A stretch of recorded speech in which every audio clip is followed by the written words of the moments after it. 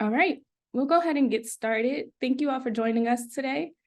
My name is Destiny Johnson. I'm a content producer on NCARB's marketing and communications team. Today, our staff experts are going to kick off things by sharing recent data updates on our diversity, equity, and inclusion efforts. Then we'll open the session up for questions and answers. Also, all live attendees of this webinar will receive 1 learning unit of continuing education credit. At the conclusion of today's webinar, we'll share a link for you to record your attendance in the chat box. Thank you again for joining today's webinar. Our speakers, Jennifer, Catherine, and Amber, I'll hand it over to you guys.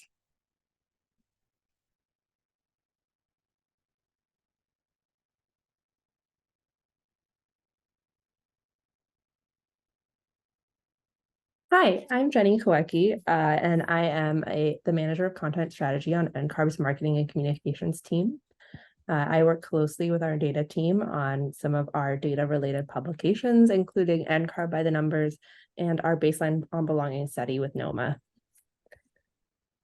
I'm Catherine Matthews. I'm our Assistant Vice President, Data and Analytics, and so I lead our data team. And as Jenny said, we work very closely with our friends in marketing and communication on a lot of the data publications that NCARB puts out and the work that we're going to talk about here today. And also with me is Amber. Hello, I'm Amber Gershman. I'm a data analyst in the data and analytics department of NCARB. My job is to put together the data behind NCARB by the numbers, or MBTN, make the visuals, and try to get all of the data to everyone who wants it.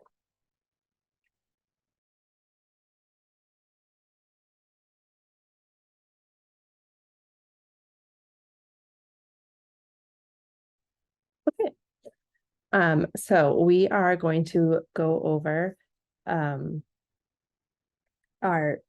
of our data points now, and I'm just going to share a screen to show you our slides.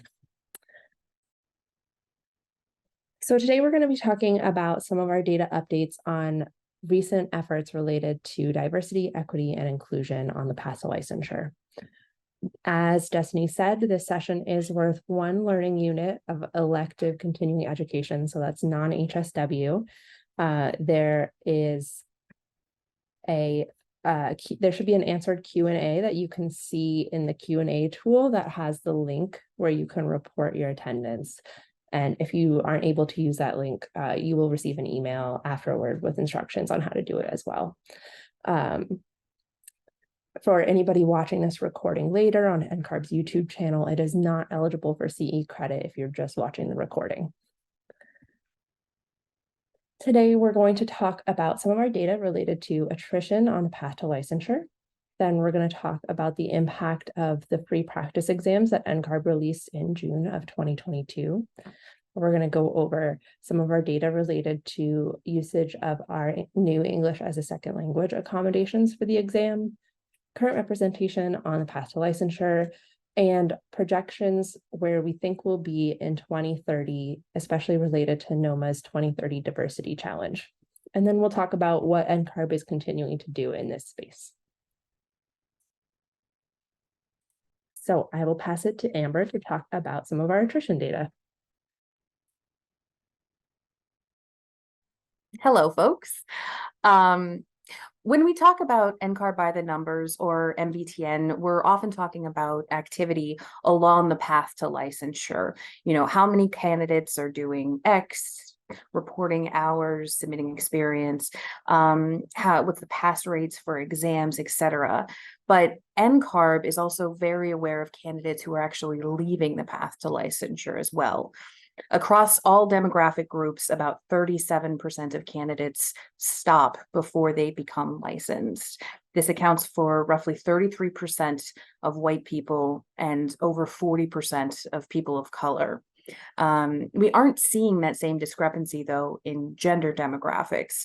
The likelihood of men and women completing the path to licensure is roughly the same. It's about 63% complete, whereas 37% don't. But for people of color, we are seeing that marked difference in the proportion of people becoming licensed architects.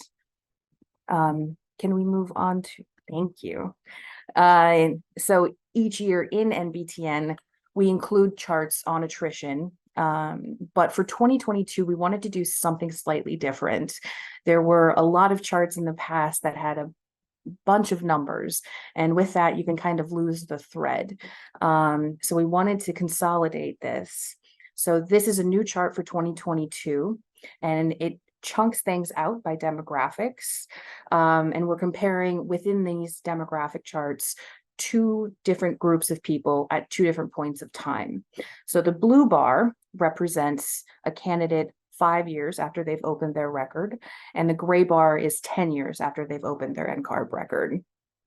On the left side of the screen, you'll see candidates who are inactive.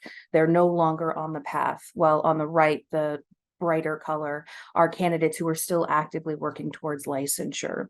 Now you'll notice that anything across the sum across the bars don't add up to 100, and that third kind of undefined, unshown group is people who have become architects. So it's much less likely that people will become architects in 5 years. So that bar, that blue bar, is always going to be much larger than the black bar or the gray bar up top.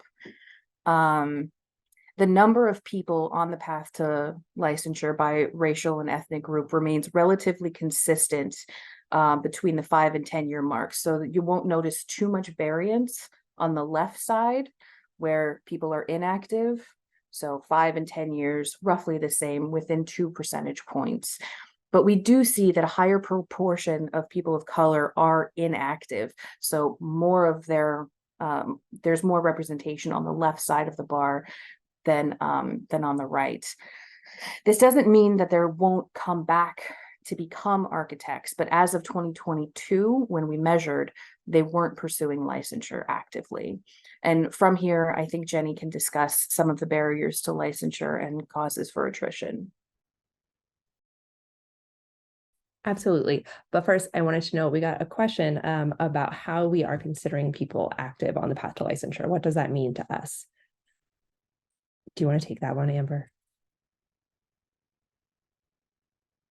So what that means and how we determine if someone is quote unquote active is whether or not they have an active NCARB record. So they have maintained an open, they've paid for it, they've renewed their license.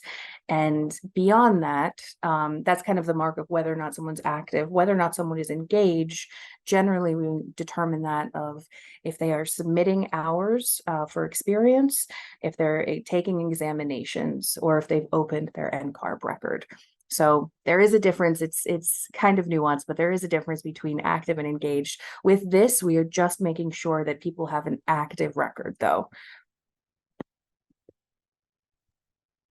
So, I mean, to further what Amber was talking about earlier, people could still be working on the path to licensure behind the scenes. They just haven't noted their progress to us, perhaps. Related to attrition on the path to licensure, NCARB and NOMA have partnered on the Baseline on Belonging study to dig into some of the why behind attrition and why people stop pursuing licensure over time. These are just a few infographics from that study that highlight some of the common areas where candidates experience difficulty related to the exam and the experience program. So with the exam, I think unsurprisingly, one of the biggest reasons for attrition is cost. The exam itself has fees associated with it, and study materials are also expensive. NCARB, we do what we can to keep the cost of the exam low for licensure candidates. We subsidize it through our certificate program for licensed architects. And we have launched free practice exams to address that issue of the expense of study materials, but it is obviously still an issue for candidates. And roughly 2 out of 3 candidates indicate that they experience some difficulty paying for the exam. And then related to the experience program, that's an area where we saw some significant impact, especially for women and people of color, and especially women of color, where their relationship with their supervisor or the experience areas their firm was willing to provide to them could adjust how much they could engage in the program and how much they were able to make progress on the path to licensure. And now we can dig a little bit into those practice exams. So as I mentioned, we launched our practice exams in part in relation to the results from the baseline on belonging study, because we wanted to address that lack of availability and affordability of quality study materials. We're currently finding that about 69% of candidates are taking a related practice exam before they take that same exam revision, which is great, but we want to get a much closer to 100%. So if you're preparing for the exam, we highly encourage you to use those practice exams. We do see that women are almost 10% more likely to use the practice exams than men. And younger candidates are also more likely to use the practice exams. So if you're between that 18 and 29-year-old range, you're more likely to use the practice exams than your older candidate colleagues. And the big reason we want you to use those practice exams is because we have seen a significant impact on pass rates since we launched them. We see on average a 12% increase in pass rates for candidates who use the related practice exam compared to their peers who don't. And that's even higher for people of color. And Catherine is going to dig a little more into those practice exam impacts.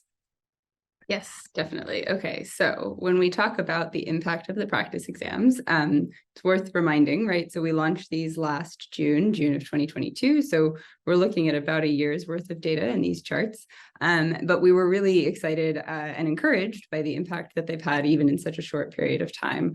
I will also note when we talk about using the practice exam, we are referring to attempting at least 50% of the material. It's been interesting for us to see candidates have been sort of taking the practice exam, sort of going in and taking a few questions and coming back and coming back and coming back. So in order to count as using the practice exam for purposes of this analysis, we're saying that they attempted at least half of the content on the exam prior to taking the corresponding division. And so when we look at how this breaks down across the board, what we have here is division by division for the ARE. The purple bar is the pass rate on that division prior to the practice exams. And then the gray bar is the pass rate for those candidates that did not use the practice exam. And the green bar on the right is the pass rate for those that did. And so this is how that 12 percentage point pass rate increase breaks down division by division. So we can see where candidates that aren't using the practice exams are kind of more or less in line, a few points lower in some cases, but more or less in line with the pass rate from prior to the launch of the exams. Whereas with the practice exams, they're exceeding it by a decently substantial margin, which is really exciting. Tying back though to the attrition conversation that we're having, you were specifically very interested in finding out what the impact is on our candidates of color. So if we go to the next slide, we actually are looking at the same practice exam data, but here instead of division by division, we're looking at it along the race ethnicity groupings. So the first bars farthest left, those are white candidates taking the exam, then Hispanic or Latino, Asian, Black or African American, and another group, which I'll just put a note here. So for NCARB, we have smaller sample size data for those persons who identify as Native Hawaiian or other Pacific Islander, as well as American Indian or Alaskan Native.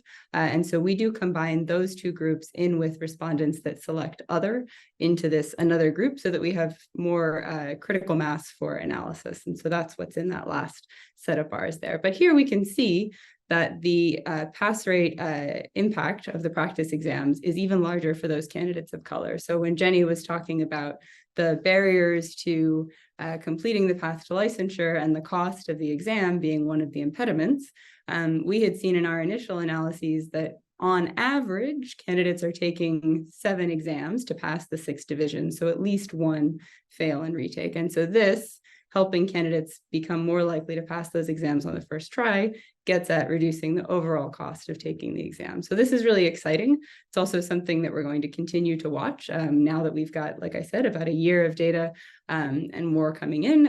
It'll give us the ability to kind of keep tabs on this and see if the impact continues to either increase or sustain. This was not the only change we made around the exams, though. We also had introduced a new accommodation for candidates who speak English as a second language. And this was launched around the same time as the practice exams and was the result of a lot of research that we had done internally on how best we could support this candidate population. We had done some research with our vendor partner and identified that candidates who spoke English as a second language were leaving more questions unanswered on their exams. And so we looked at different options, and ultimately what made the most sense to kind of have the biggest impact the quickest was to offer an accommodation for extra time and a word-for-word translation dictionary on the exam as an option. And so this chart is looking at division by division, kind of following that same format where the purple bar is the pass rate prior to the change, and then the gray the purple bar is the overall pass rate prior. Then the gray is the candidate population that has been approved for this ESL, English as a second language accommodation, but their attempts prior to that accommodation. Whereas the green is the candidates who have been approved for the accommodation and tested with it. And so we can see that while the pass rates across the board are still a little bit lower than the overall general pass rate for those divisions, the accommodation has had a huge impact on this population of candidates, which is really exciting. We do know that this is a smaller sample. There's about 1,000 people that have been approved for the accommodation, and about 700 of them had tested at the time that we pulled the data for these charts. So we're still gathering data on this one, but the initial results are really encouraging that this accommodation is having the impact that we were looking for and helping support the candidates on their path to licensure. And with that, I'll turn it back over to Amber to talk a little bit about where we are now. Thank you, Catherine. Over the last several years, NCARB has been very interested in tracking demographic representation at each stage in the path to licensure in comparison with national trends from the US Census. So this chart is interesting because it's not exploring what is now, but more looking at what will be in the future. We use the US Census here as a benchmark for representation, with the group as large as folks in the architecture field, so licensed architects and people becoming licensed architects. In addition to the timeline it takes to become licensed, we're seeing small shifts each year, but over time, the changes NCARB is making and continues to make is going to be removing the needle toward parity and equal representation even more. And with this, I don't think we've done it so far, but I'd like to encourage everyone, not now, but after this webinar, to go to NCARB's MBTN microsite to review some of the charts we have here. Under the demographics section, there are a smattering of charts that will allow you to see both where we are now when it comes to stages of career, so steps on the path to licensure, and where we were 5 years ago. And you can see that each group is increasing. There is more parity, and we are shifting towards that. But again, with the size of the field and the length of time it takes, these changes seem small, but it becomes a wave. In this chart specifically, the first bar is purple, and it represents the 2022 census estimates for that group. So for example, with white people, we see they comprise 76% of the US population. Each subsequent bar represents a stage of licensure. Now, again, these numbers can seem unequal in comparison to their US Census numbers, but every single year we are seeing increases in minority representation and people of color opening more records, submitting more experience, taking more exams, and becoming licensed architects. And I think Catherine is going to have hopefully some good news about where we can look to in 2030 for representation.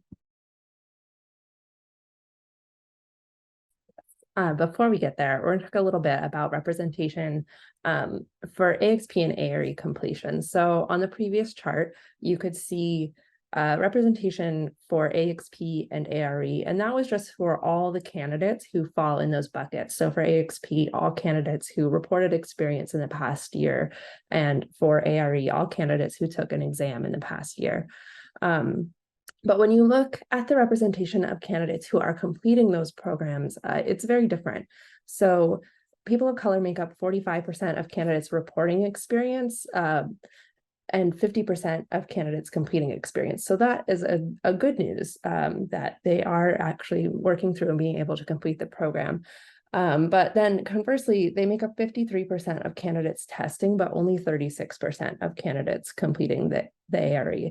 So if you go back or remember back to the slide on the pass rates sorted by demographic, and even with the impact of the practice exam, we do still see disparity in pass rates for different demographic groups. So while we've seen great improvement and we hope to continue to make adjustments that lead to even greater parity, there is still room to go so that the proportion of candidates who are testing aligns with the proportion of candidates completing the exam.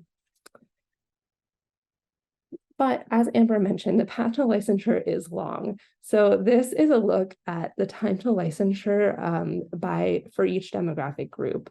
And as you can see, people who identify as white or Asian tend to complete the licensure path sooner than their peers who are Black or African American or Hispanic or Latino. And I think exam pass rates definitely have a lot to do with that. But 14 and 13 years is a long time, and it takes a long time to see the full impact of the changes we're making shift that representation on the path to licensure. So in a few years, we hope to have even better news. And that is what Catherine is going to talk about. Yes. So now we kind of come to a bit of the fun part. So now I should say my crystal ball is in the shop. So, don't bet any big money on these. But basically what we're doing here is a little bit of a back of the envelope analysis on what our current trends would look like in 2030. And so the reason we had started doing this was, as Jenny mentioned at the beginning, the NOMA goal of having 5,000 Black or African American architects licensed by 2030. As part of our partnership with them, we've been looking at different analyses and trying to understand how the changes that we're making, even if it does take time, how the changes that we're making are impacting these groups and their experiences on the path to licensure. So what we have here is, again, kind of a very basic analysis looking at based on current trends. So we took about 10 years of data of how many candidates were completing the path along these different groups. And then we modeled that and said, okay, if we extend this forecast out to 2030, how many new architects would we have from that group between now and 2030? And so we had initially presented some of this at our annual business meeting last year. And then in preparation for this, we decided to take a look and see, now that we've made some of these changes, like the practice exams, what these predictions look like now. So if we go to the next slide where we can kind of compare the two, what we have on the left is this original forecast from last year. And then on the right, we have the updated forecast pulled with this year's data post the changes being made. Now, I shall say this is from the NCARB by the numbers snapshot. So this data actually stops in December. So it's about 6 months of impact from the practice exams, the ESL accommodation, and some of the other changes. And what we're doing here is not necessarily guaranteeing that this is how many new architects we think are going to happen in the next 8 years, but what we can see is the shift in the prediction, right? So we see that with the exception of another group, which I'll come back around to, the number of new architects that we're expecting to see in the next 8 years by 2030 has increased a little bit for all of the groups. And so when we talk about seeing that change in the overall population, it is slow, but it is measurable. We can see that we're kind of actually moving the needle on where we might get to. And hopefully we'll continue to accelerate the progress, like Jenny said. One note about another group here, because I think probably everybody looking at this is noticing that that's the one that goes down. As I mentioned, we're kind of combining 3 different groups just so we have enough of a sample size. And so there's a little bit more volatility in those predictions. In order to keep the chart kind of uncomplicated, we didn't include the confidence intervals, but there is a bit of a swing for these predictions. It could be this much higher, this much lower. And so the kind of middle of the road for this looks like it goes down a little bit, but that's kind of due to the volatility of the underlying sample size. But the takeaway, again, don't bet money necessarily on these numbers specifically, but is that we can actually see the change that we're having on the future picture for the candidate population. So it's kind of exciting in a way to see the change, currently in the charts that we're including in NCARB by the numbers, but then also what this might look like going forward. And so we hope to also kind of continue sharing out some even more advanced analyses along these lines. That's some of the exciting stuff that I get to work on with my team. And then I think Jenny and I are going to talk a little bit about what's kind of coming up next in terms of other things we think might help further our goals. Yeah, so one of the things that I think some updates were just made to your NCARB record. So you can go back now, if you didn't indicate your demographic data when you started your NCARB record, you can now go back and update that. And we highly encourage you to. Having that data helps us make informed decisions so that we can create a more equitable profession. So if you aren't already sharing your race, ethnicity, or gender data with us, we ask that you consider doing so. You can log into your record and make that change now. We are also continuing to do some research into community college architecture programs. So that is a new effort started by our president this fiscal year, John Baker, exploring ways to make the education pathways into the profession more accessible.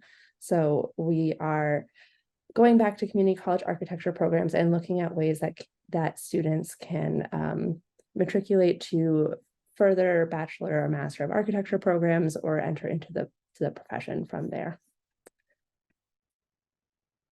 And we are also undergoing a study to explore what minimum competency for entry-level licensure should look like.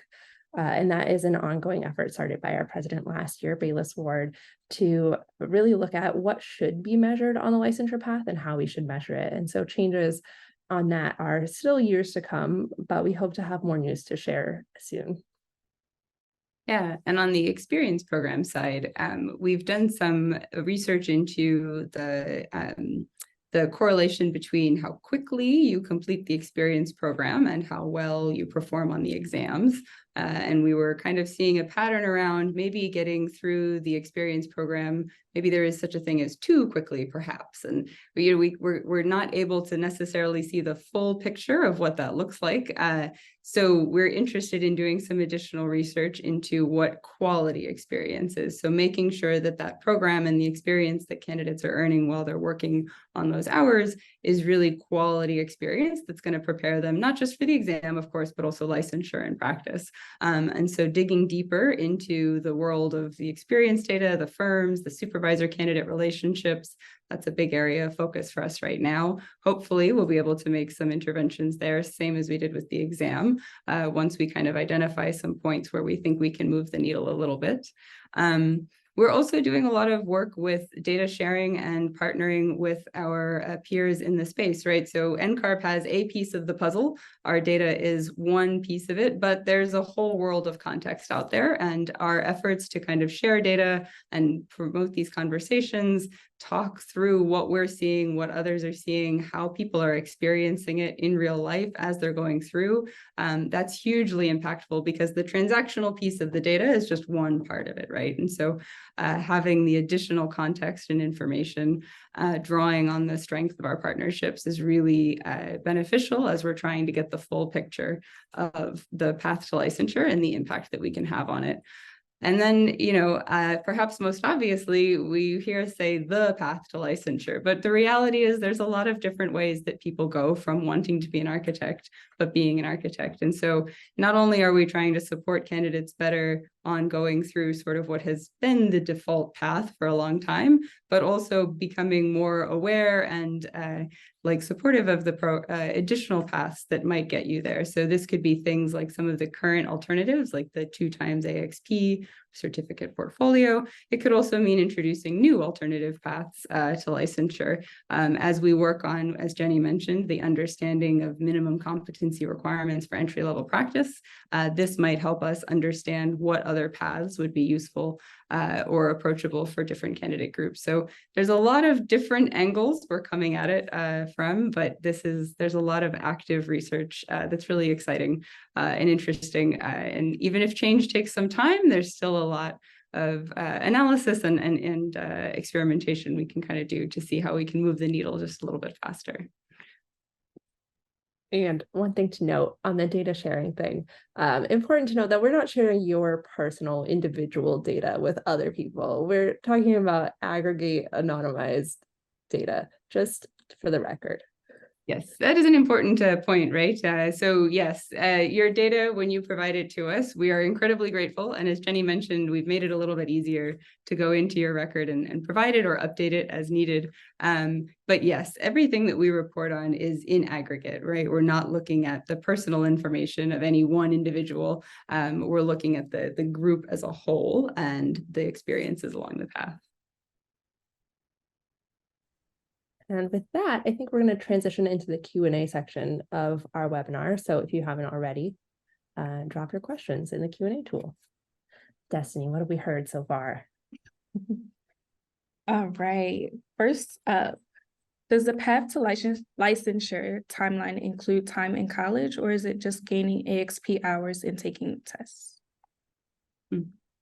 This is a great question. So we've actually, over the years that we've had NCARB by the numbers, we've had internal conversations and debates in some cases as to what exactly should be the starting point for the path. So the current definition includes education. So this is the time spent in school, the time spent earning hours, and the time spent taking the exams. We have also in prior years looked at starting from like the date that the NCARB record was opened. The candidates typically historically have done that after school, and so we felt like we're kind of missing a piece of the puzzle there. And so we're including all 3 E's of the path in that calculation. But if you want to just know this time spent completing AXP and ARE, you can go to the NCARB by the numbers website. So that's www.ncarb.org/MBTN. And in the state of licensure section, you can see a chart that has the overall time to licensure, as well as that includes education, as well as the time that is just spent completing the experience and examination programs. Perfect. Thank you both. Our next question is, do you have demographic data for NCARB leadership? Yeah, I can answer that one too, if you want, or go ahead, Jenny. I was going to say, yeah, we do. And I assume this is a pointed question. And I understand, as we are well aware as an organization, that our leadership does not represent the diversity that we see in the profession, or even the diversity that we see in the populations that we serve. And it is something that NCARB is working on. So while our NCARB board of directors is largely white, this year we have more diversity on our board of directors. You can see our board of directors by going to ncarb.org/about. And there's a tab for board of directors where you can see their faces if you would like. And we are working on increasing diversity in our board of directors. One of the issues, sorry, my cat wants to be part of this webinar. One of the issues that we do have there is that previously, to serve on our board of directors, you had to have been appointed to one of the 55 US licensing boards. And those people are typically appointed by governors, and they are typically and historically older white men. And so those make up the people who are eligible to serve on our board of directors. And so we are working on that in 2 ways. First of all, we are working with state boards to get governors aware of people who are more diverse that they could potentially appoint to those boards, so that the people who are eligible to serve on our board of directors are more diverse. And secondly, in June, our membership passed an update to our governance structure that starting in 2024 will add 2 new at-large directors to our board of directors. And those individuals do not have to have served on a licensing board. They just have to have been an NCARB volunteer for at least 2 years, which opens it up to a much wider and more diverse pool of candidates. And we're really excited about that. Perfect. Thank you. Next question we have is, are the people of color candidate experiences addressed and acknowledged in any of these studies? Absolutely. So that is a great question. And we know that there is a wide range of experiences that candidates of color have on the path to licensure. And if you look at the baseline on belonging study that we have partnered with NOMA on, you can find literally hundreds of pages of reports showing the disparity in the experiences of candidates of color compared to their white peers. And you can get even more detailed than that. It also sorts by gender and race and ethnicity, among other things.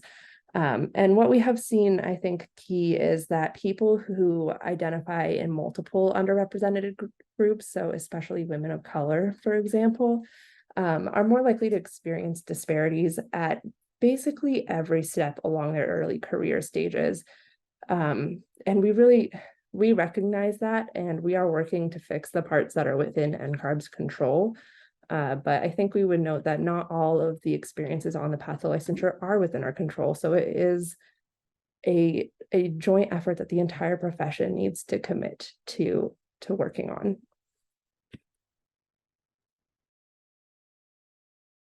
Great, thank you. Our next question is, why is demographic data on American Indian, Alaska Native, and Native Hawaiians not included? Yeah, so it's a great question. We collect the data following the same general format as the census, and so we do offer those groups as an option. Unfortunately, currently there are not enough individuals in those groups at the different stages for us to be able to run statistical analyses on them. We don't really have enough of a sample size, and so we combine those groups in with others so that we do get enough of a group size to be able to do the analytics that we're interested in. Our hope is that this won't be forever. As we continue to see increasing access to the path and diversity on the path, that we'll have enough of a sample in those groups to be able to break them out separately. We did, for the baseline on belonging study, we are putting together or put out, I'll let Jenny correct me on whichever one of those is correct, a supplement with some detailed data on those groups. Yeah, that will be released later in September. And yeah, if I could, without going over the top, I think it's fair to say that we're talking about sometimes single or low double digits for people identifying in those groups. And so when we talk about sharing anonymized data, that's not quite anonymous for us. Right. Thank you both. Next question is, has there been any research done that will explain or illustrate why it takes more years to licensure for architects compared to other professions? Yeah, so some of that is what we're kind of talking about when we talk about the minimum competency requirements. And so we do look at our peers sort of in other licensed professions and compare their requirements for licensure and how long that takes to ours. But it's an interesting question to kind of unpack. Ultimately, our mission at the end of the day is to protect the public's health, safety, and welfare. And so we want to balance minimum competency at time of licensure with serving our mission. And so looking at our peers in this space is absolutely a piece of the analysis. Thank you. Next question. Does your data include how the path to licensure may be delayed when it comes to childcare responsibilities? I'll let Amber or Jenny maybe talk a little bit about what we've seen in baseline and belonging on that front, since they're a little bit more tapped into that project. I would say that our baseline and belonging survey that we did when we were reviewing the responses, that was one of the more common elements that was brought up by female respondents. The idea that I have to take time off to raise a child, to have a child, for any complications thereof. It is, I'm losing progress. Specifically in regards to the examinations, we saw a lot of that as problematic. And in AXP, I think one of the major things that we have done to address the this, I mean, it's not a discrepancy, it's a biological requirement. Not that women have children, but that, you know, they have to be out of the workforce a little bit to at least to acclimate. And I think in eliminating the rolling clock has been a huge step forward in that, and not having people be penalized for taking a break or leaving the passive licensure for a little bit for whatever reason. When it comes to the AXP, there is the 6-month rule that gives you half credit after 6 months of accruing the experience, but we don't have a lot of internal, or we don't have a lot of metrics when it comes to how much motherhood or parenthood in general has impacted submitting, reporting, or recording AXP hours. But we may be able to do that going forward. Yeah, I will add, I think this is an area we'd like to study more in depth. And we don't particularly, so we don't know if you've had a kid unless you request an accommodation, but we treat accommodations, medical accommodations, very seriously. And so we don't necessarily do anything with that data other than use it to give you your accommodation. Like that's your private medical information. So we're not going to treat it the same as your demographic data, where we're comfortable, you know, anonymizing it and sharing it. It's just not the same to us. So it's something that we'd like to do a separate survey on and dig deeper into to get a more in-depth look at the experiences of parents on the path to licensure.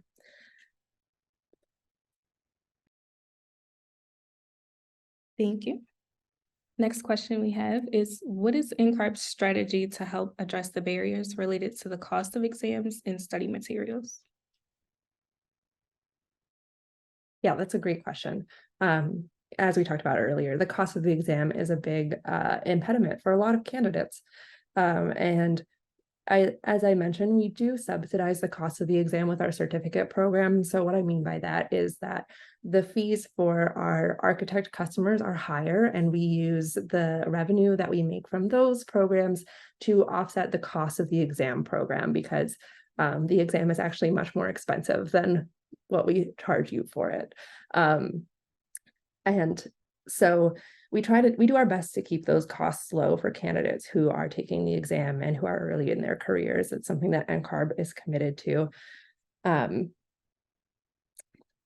And so one of the things that we're working on is the practice exams. As you know, we have one set of practice exams. We know a lot of candidates would like more than one set of practice exams. So I think that is something that we are perhaps in the early stages of developing. I'm not going to promise that they're coming anytime soon, because they do take a long time to develop, but we are working on that, and we hope to have more for you soon.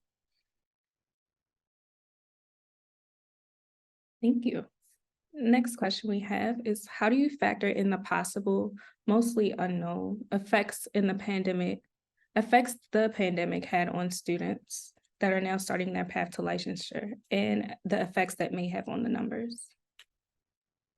Yeah, so we noticed, as probably would not surprise anyone, a huge drop off, right, when the pandemic was first starting, especially with the closure of test centers. At the time, we were only offering the exams in person. And so if you couldn't go to a test center, well, your progress on the path to licensure was necessarily halted for a little while. And so it was something we were tracking very closely. A lot of these numbers that we often track on kind of like an annual basis, we created month-to-month versions. And so we were looking to see kind of how deep that dip went. And then we were waiting, hopefully, to see the recovery come back quite quickly. And we have seen that very steep recovery pattern. So a lot of folks have been coming back. The numbers have been coming back to what they were pre-pandemic. But to the question's point, the experience piece, I think, and not experience program, but lived experiences piece is something I think that we could do some work around getting information from the candidates and what it's like to be kind of either starting now or having started then, but continuing or returning to the path. Because there's probably a lot of different experiences that have occurred with COVID and coming back to post-pandemic, the new normal, that kind of thing. So yes, we saw a huge dip and we saw a rebound, but we're interested in understanding a little bit more perhaps around what that experience was like for the individuals. Thank you. Next question we have is, how far back does NCARB's data in this area go? When was the first NCARB by the numbers? That is a great question. Go ahead, Jenny. Our first NCARB by the numbers was I want to say published in 2012. So I think we are on the 12th edition. I think so. 12th, somewhere around there. Now, I will say the publication has evolved significantly over the years, so I don't believe that our first publications included demographic breakdowns, especially not as detailed as we have now. So probably the last 6 or 7 editions have included that detailed breakdown, and you can find them on our website in our data and resources section if you want to go take a look back at all of our past editions. Yeah, and to that end, we have really good data going back about 10 years. If we go further than that, we do kind of get into slightly spottier records. Not that there's bad data, but just that we weren't asking as many of the same questions, or we weren't collecting the data in the same sort of formats and that kind of thing. But the last 10 years, we have really solid, consistent data for, and then we have a lot of historical data that's just a little bit more limited. Thank you. The next question we have is, do we know if the practice exams NCARB release has helped licensure candidates? Have pass rates increased? Mm-hmm. We could flash the slide again if we wanted, but yeah, we have seen an increase in the pass rates across the board for candidates that are using those practice exams. And again, I would encourage everyone to go to the microsite, where there are several interactive tools that you can use to explore by exam, by demographic group, and you can see the impact from pre-rollout of practice exams, and then those who haven't taken the practice exams and those who have. And you can see that on almost every single exam, every single group, almost, not exactly, but there is a market improvement for people who have taken the exam.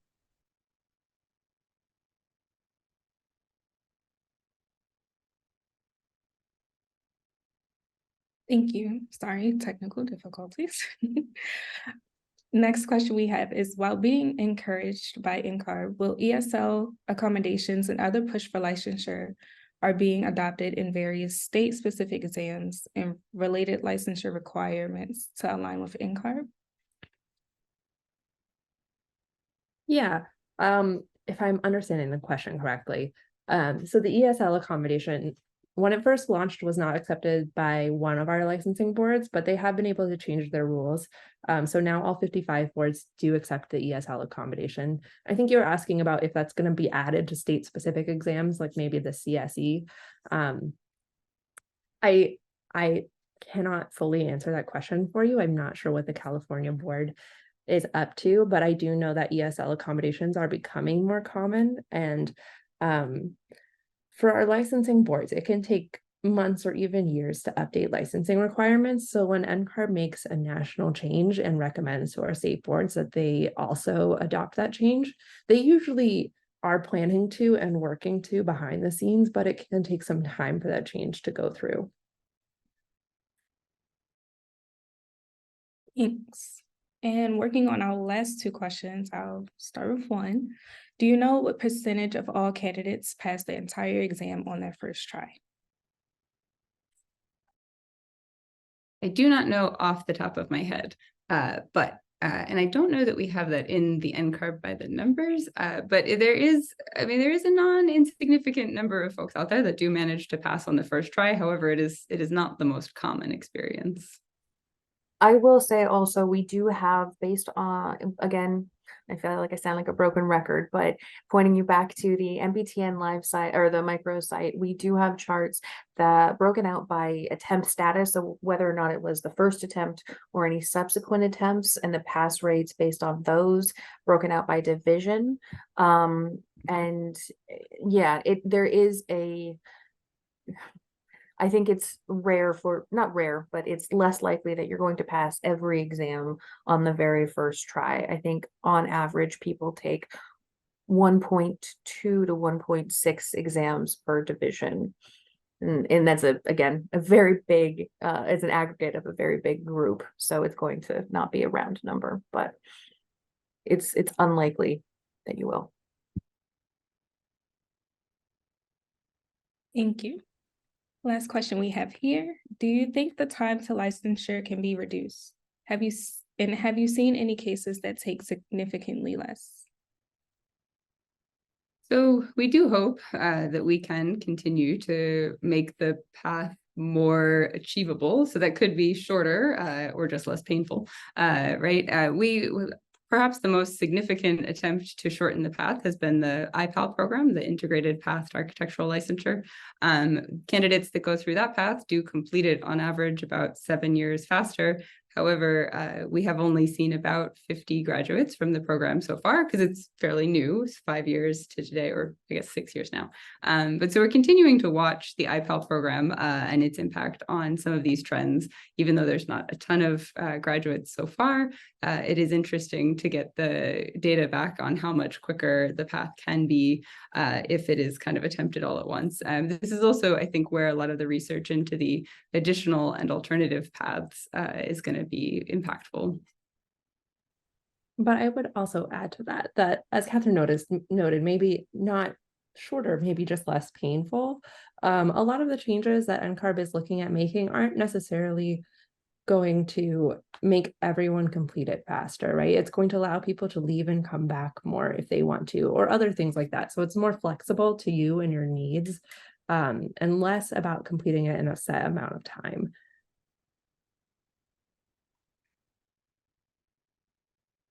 Perfect. Thank you again.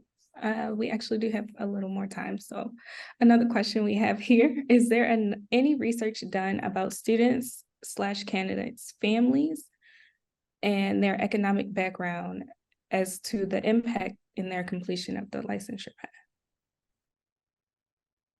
That's a great question. And I will say it is not something that we have dug deep into yet. There were some questions in baseline on belonging that sort of tangentially got there, but nothing in depth.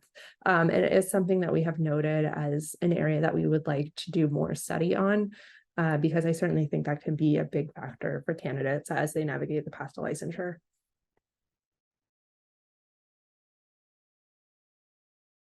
Thank you. And another question here, are you seeing any correlation between path to licensure and final licensure to opportunities for employment?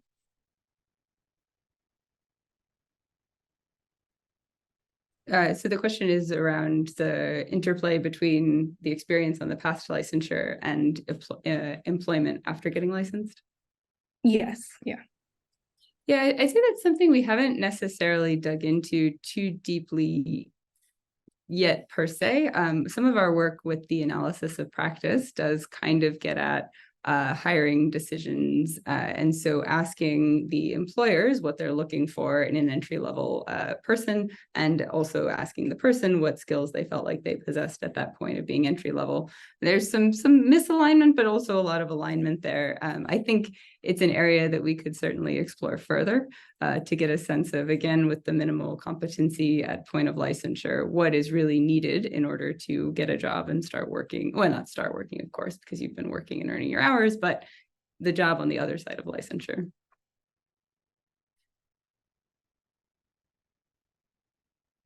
Great, thank you.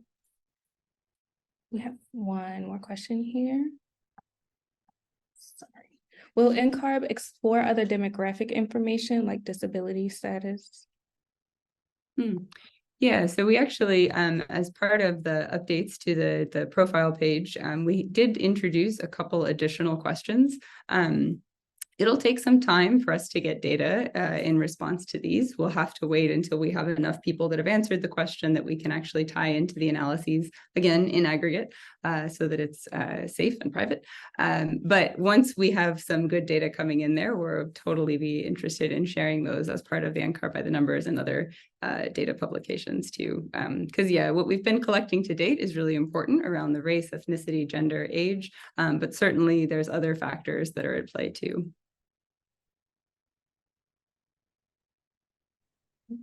Thank you all so much. We're going to switch gears here, and I'd love to ask you all if you have any key takeaways from the webinar. And I know you all shared your predictions for 2030. Are there any personal predictions, or do you want to highlight those predictions again for attendees? I think that's a fun closeout question. I like it. I think, for me, the takeaway is really that there is so much here, right? I mean, we have a lot of transactional data on what it looks like to go through these programs. And then we have started with baseline and belonging and other similar efforts to get that experiential piece for context. And we use external data sources like the census to bring in yet another layer of context. But this is an incredibly complex thing that we're looking at here. And so it's sort of asymptotic in a way where it's like as close as you get to the answer, you're only ever halfway there, right? So there's a lot of work yet to be done, but it is encouraging for me as a staff person to see our commitment to these issues and also the improvements that we've seen with just some of the little changes that we've rolled out so far. So I'm excited to see where we go.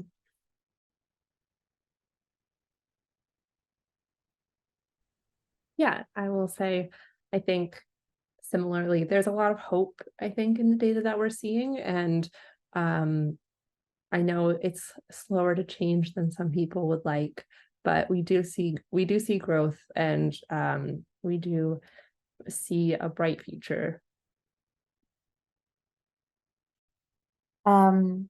I think personally, I would have to obviously echo both Jenny and Catherine's both predictions and hopes for the future. My own personal note would be to, if we send you a survey, please participate. We need as much participation so we can get a full picture. We are, on our end, in our department, we are data nerds. We love all of the data. We aggregate it. It's not about judgment. It's about getting the full picture, a robust picture of who is, a record holder with NCARB, who is on the path, what struggles are they facing. So the more information that we can get, the more we can tailor and kind of streamline requirements and make sure that we are ensuring a really healthy, diverse, and representative future of architecture going forward. So please don't delete survey emails from NCARB. Thank you all. And yes, just an emphasis, please don't delete those emails. We are trying to gather your data and we're not selling it or using it for wrong purposes. I want to thank all of our attendees for joining us today. As a reminder, all live attendees of the webinar will receive 1 LU unit of CE credit. And we have put that link in the question and answer box for you to go ahead and record your attendance today. As a reminder, with all of our webinars, the recording will be available on our YouTube channel. If you have any questions or would like to just reach out to us, please reach out to our customer relations team online at ncarb.org/connect. Thank you all again for joining and have a great evening.